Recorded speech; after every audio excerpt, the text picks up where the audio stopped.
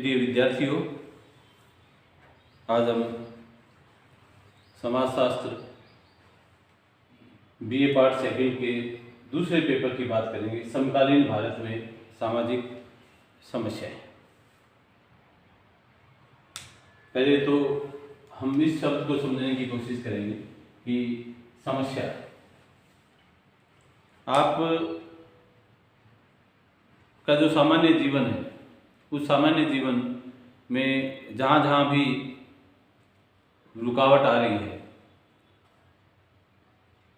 आपको अलग प्रकार की परेशानी आ रही है, तो उसे आप एक प्रॉब्लम में रख सकते हैं। इसमें सबसे पहले आप सामाजिक समस्या,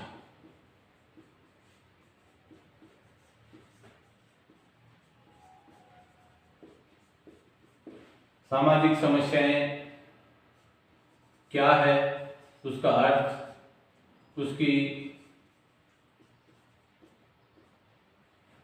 परिभाषा और उसके प्रकार। देखिए, जिसके प्रभाव स्पष्ट सोसाइटी पे आते हैं उसे आप सामाजिक समस्या देते हैं। जैसे भिक्षावृत्ति, जैसे वेश्यावृत्ति, जैसे दहेज है, पर्दा प्रथा है, ये जो पुरानी बातें चली आ रही है। वर्तमान में साइबर को लेकर या आपकी मीडिया को लेकर बहुत सारी बातें आपके सामने आ रही है। वो भी आपकी सोशल प्रॉब्लम है। ह्यूमिलेशन जो है, महिलाओं पे जो अत्याचार हो रहा है, या समाज में एक ऐसा तबका जो नशे से ग्रसित हो गया है, वो भी एक सोशल प्रॉब्लम है। वो स्वयं एक सोशल प्रॉब्लम है और वो सोशल प्रॉब्लम को क्रिएट भी करता है। तो सामाजिक समस्या कितने प्रकार की होती है, इसका वास्तविक अर्थ क्या है, परिभाषा क्या है, हम इस चैप्टर में इन बातों को देखना चाहेंगे। दूसरी बात है, इसमें दूसरा चैप्टर जो है वो है अपराध।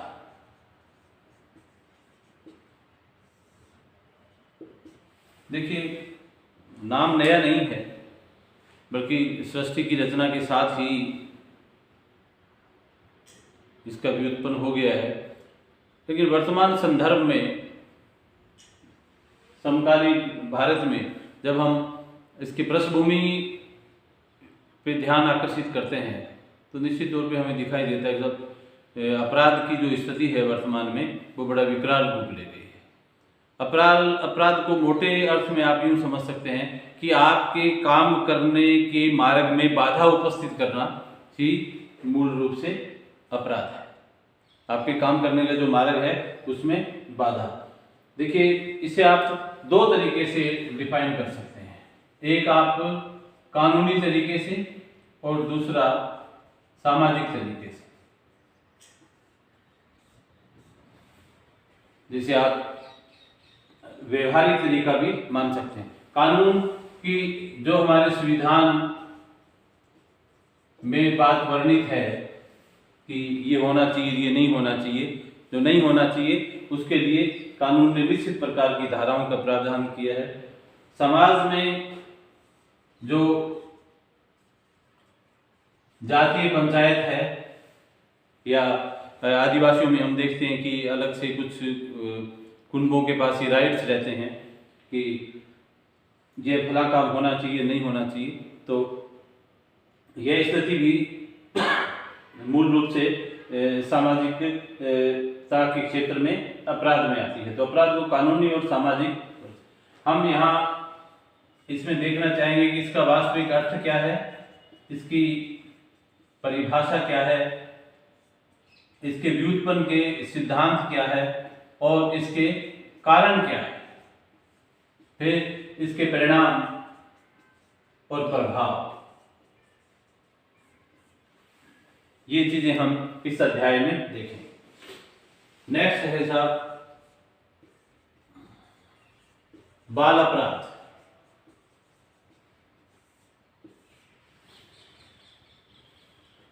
16 साल से कम आयु के जितने भी बच्चे यदि इस पोजीशन में आते हैं, वो किसी प्रकार का भी अपराध करते हैं, तो निश्चित रूप से वो बाल अपराध।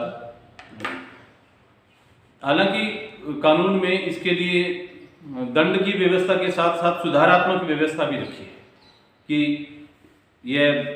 इसका सुधार भी होना चाहिए इस स्थिति में। थोड़ा इसमें हम देखते हैं कि बाल अपराधी आप किसे कहेंगे। जो स्कूल नहीं जाता है, जिसकी पढ़ाई से लेना देना नहीं है, या वो स्कूल को बार बार ब्रेकआउट करता है, छोड़ता है, रात को देरी से घर आता है, कभी कभी रात को घर आता नहीं है, ऐसे लोगों के साथ जो लोग उससे उम्र में बड़े हैं और कहीं न कहीं अपराध में लिप्त रहे हैं, उन लोगों के साथ उसका उठना बैठना है। ऐसी श्रेणी का यदि कोई भी बच्चा आपको दिखाई देता है तो वह बाल अपराध की श्रेणी में आएगा। बाल अपराध के कारण क्या है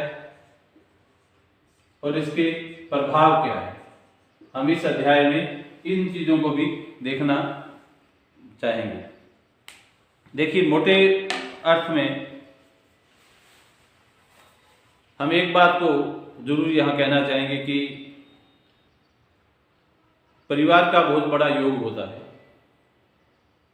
कि बाल अपराधी को मुख्य धारा में वो ला सकता है, या यूं कहें कि बाल अपराध की श्रेणी में उसे जाने ही नहीं दिया जाए।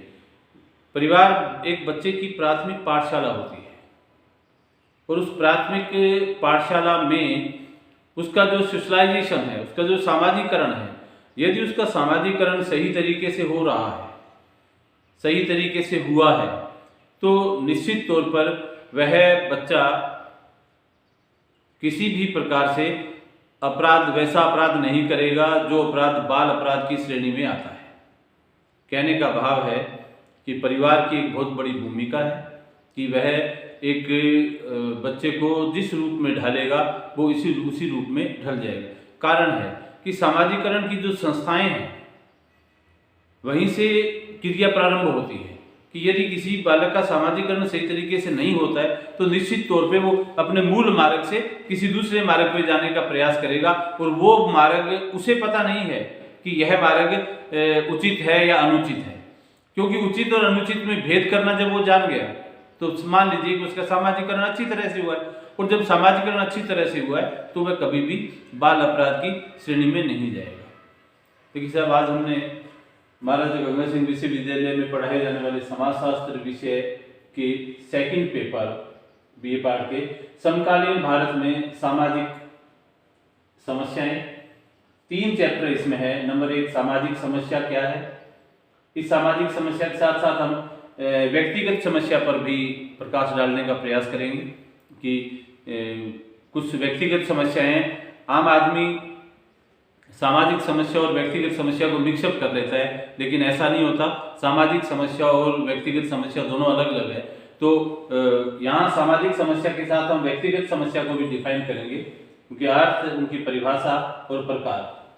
उसके बाद दूसरा चैप्टर इसमें अपराध, जो कानूनी और सामाजिक दृष्टिकोण से देखेंगे हम इसे, साथ ही साथ इसका अर्थ, परिभाषा, इसके सिद्धांत, कारण, परिणाम, प्रभाव, इन पे भी प्रकाश डाला जाएगा।